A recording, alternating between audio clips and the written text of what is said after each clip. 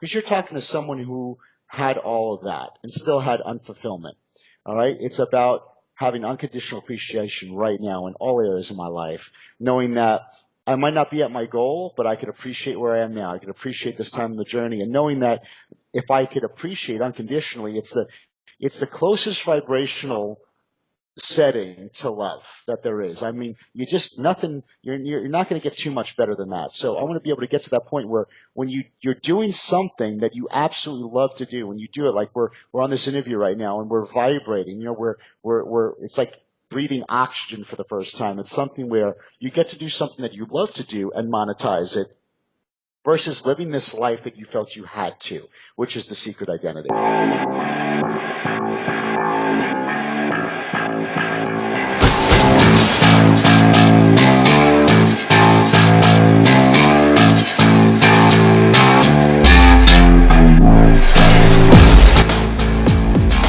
This is Scratch Your Own Itch, the one show that delivers the conversations that we're afraid to share, but need to. This show is all about creating a life worth living. I'm Logan Tyler Nelson, and I'm your host.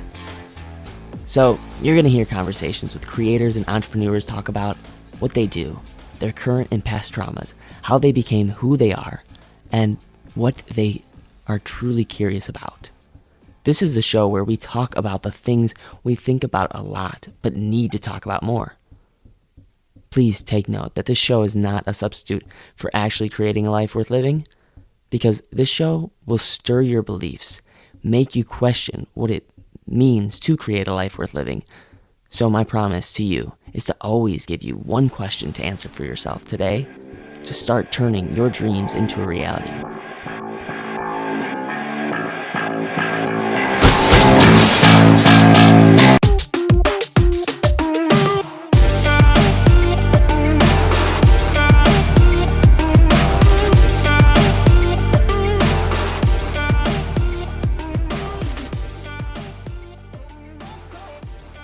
Hey, ladies and gents. You're probably getting tired of me saying ladies and gents because I'm getting tired of it. Anyways, so I really want to take the time to say I appreciate you. Right off the bat, I appreciate you so much. And the thing is this podcast really has given me life. It's given me a purpose. And it's given me some itches that I just need to scratch. So the fact is, though, that Dr. Chris Zaino is someone that I really looked up to. When I first started podcasting, I mean, this was even actually before I started podcasting. He doesn't even know this, but I listened to an interview with him on EO Fire, Entrepreneurs on Fire, and he went on that show. And he talked about his identity and how he had to shift his own identity. And we kind of get into that on this episode. And anyone who's out there that has ever had to shift their identity, like they were doing one thing and now they have to do this whole new thing and they're kind of scared, this is the show, an episode for you. To really go, all right, I need to pivot, but how do I do it? And I'll give you a hint. Don't do it alone. Get some help. Reach out to myself or Darren and just have someone to bounce ideas off of. Or maybe you have this idea and you're already doing it right now. Have someone reassure you that you are on your way to victory. So, without further ado, enjoy my interview with the one and only Chris Zaino.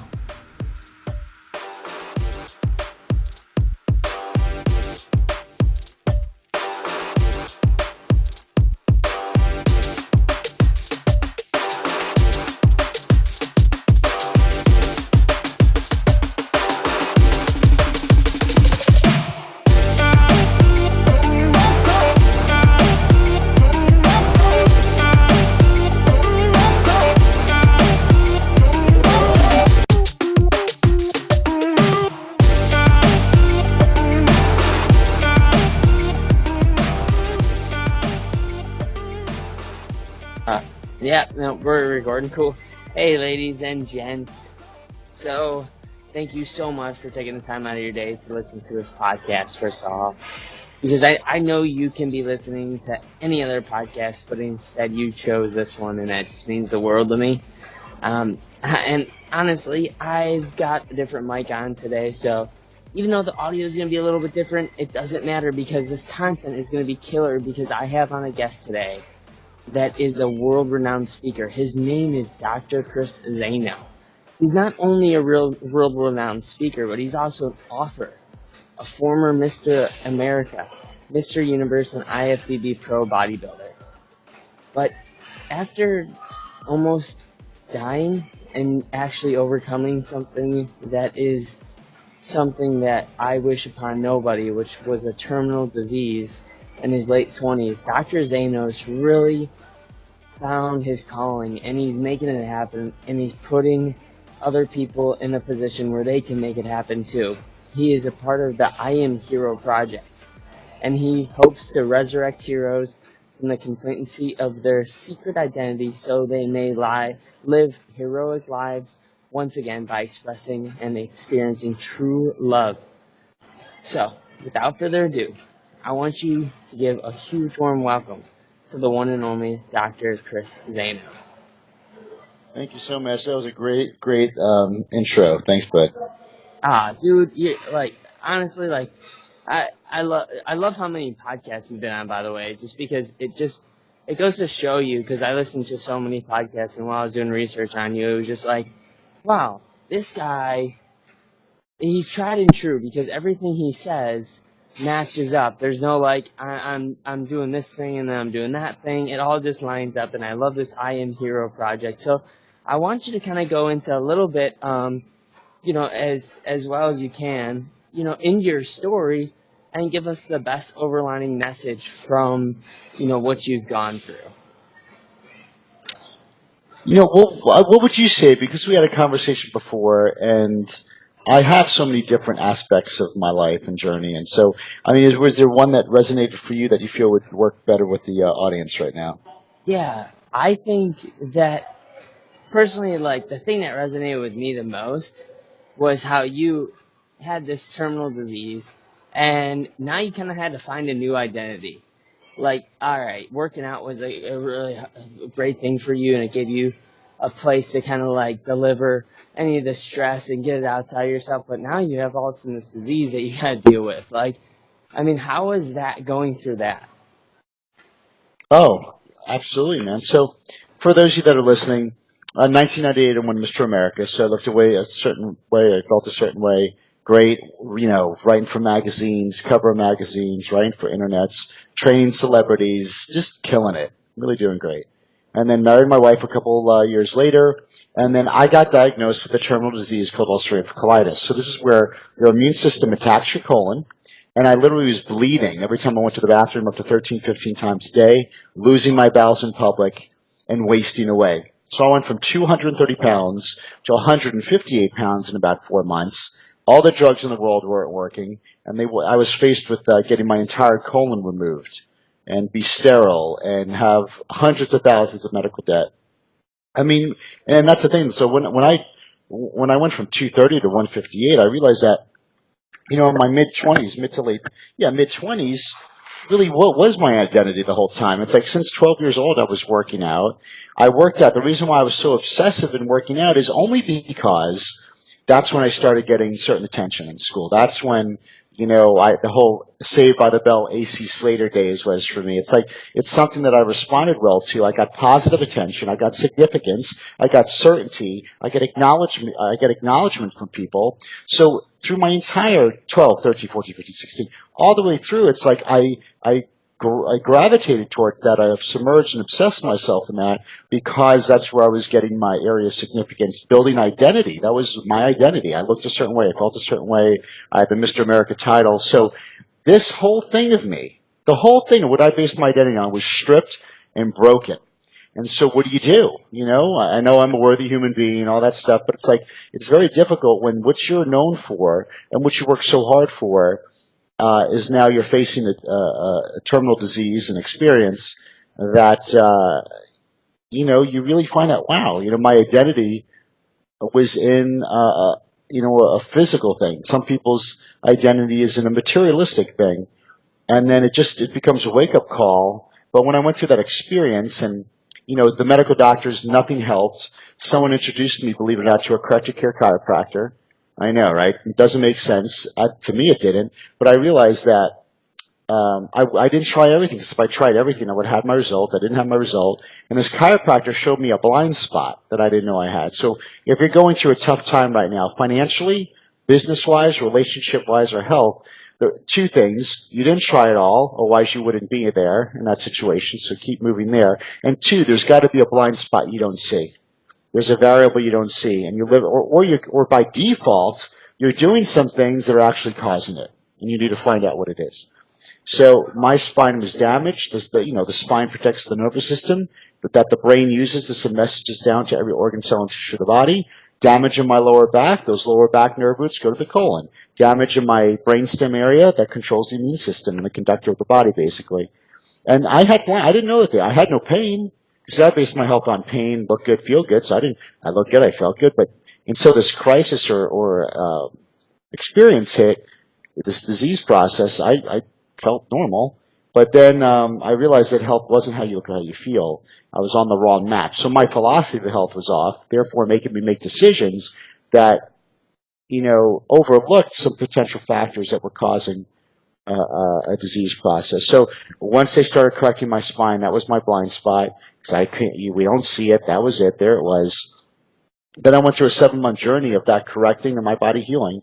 And in 7 months, my body healed itself, all to get you to this.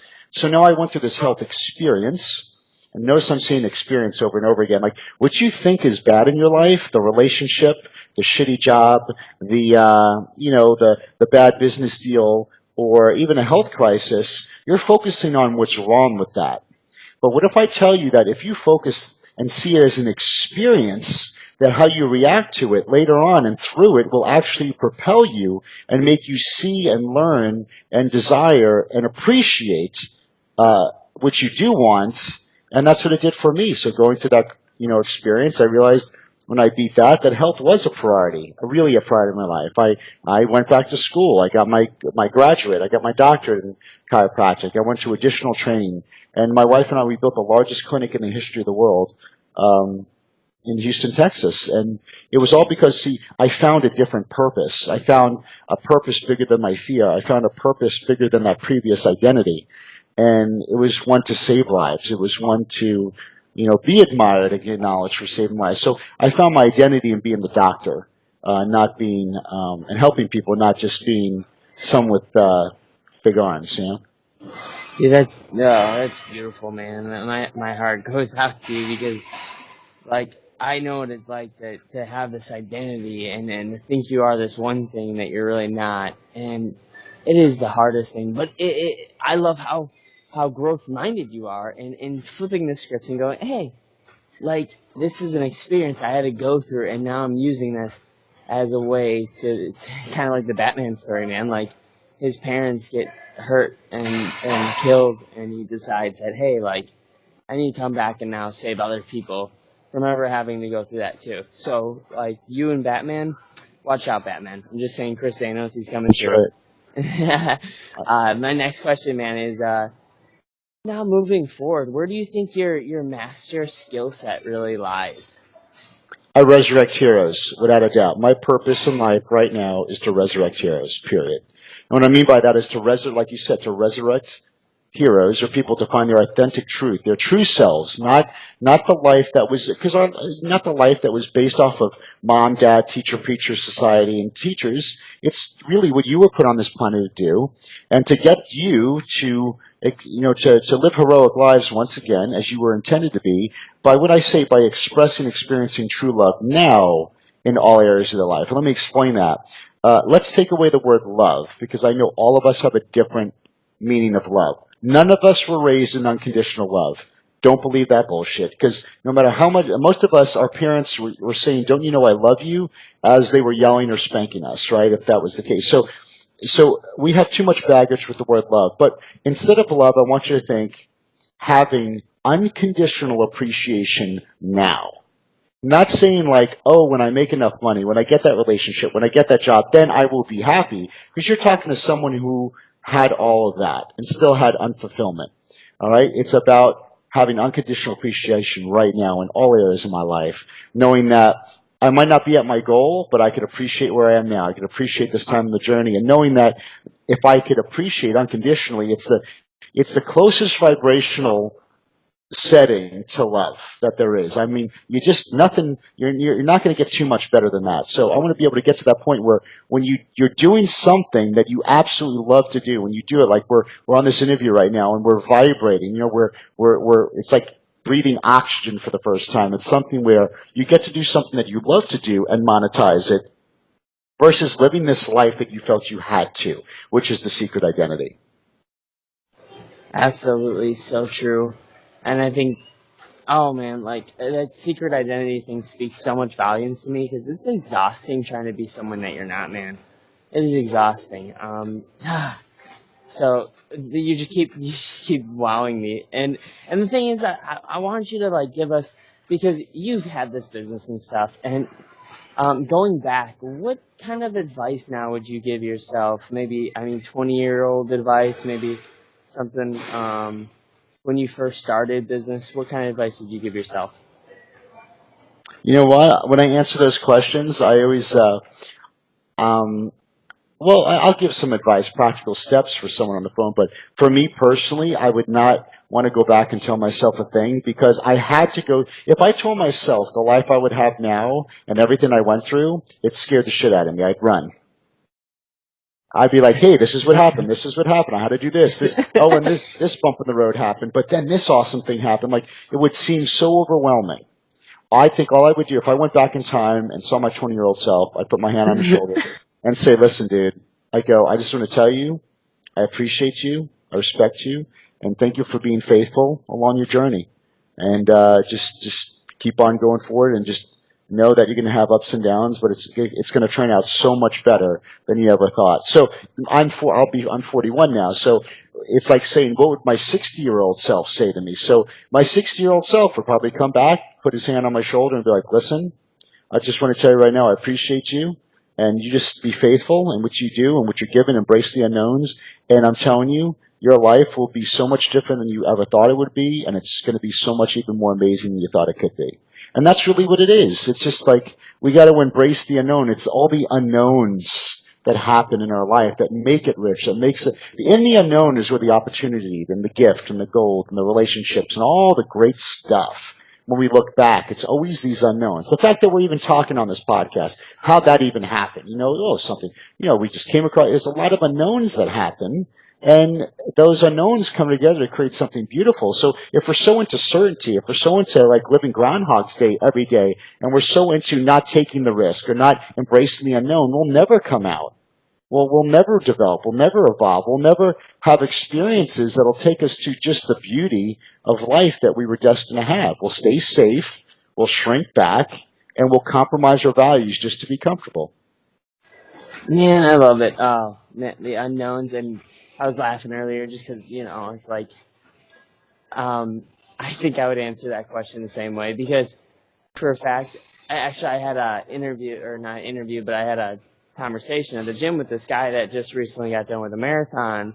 And I was like, oh man, good job. Like, so you think you're going to do it again? And he looked at me dead in the face with this blank stare and then took and like it shook my head like from the movie in Billy Madison, literally delivering me the words, don't ever do a marathon ever in your life. Don't ever do it.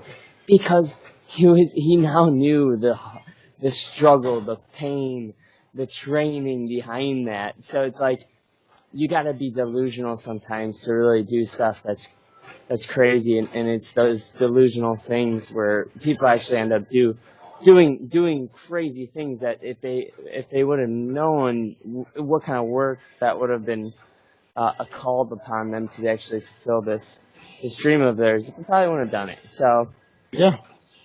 anyways, I want to go into just more quick 30 seconds or less type answers Let's for do the it, next man. part of the interview. So I'm ready. I guess Awesome. So, in your opinion, what's the key to happiness? Appreciating life, not being grateful, not thankful, appreciating. Because the cool thing about, well, see, if you're grateful or if you're thankful, there's an area of judgment in that, saying like, well, I'm thankful that I have food because there's people that don't. So when you're thankful, you're comparing yourself to people who have less than you. Appreciation is, I mean, I just appreciate I could like even when times aren't good, you could appreciate something. So appreciation takes the judgment out of it. So I would say appreciate everything in the now for sure. 100%. They say that gratefulness / appreciation and being upset and depressed cannot live in the same space. No, Cannot. possible. So it's awesome. The next thing I gotta ask you, man, is what's your favorite quote and why?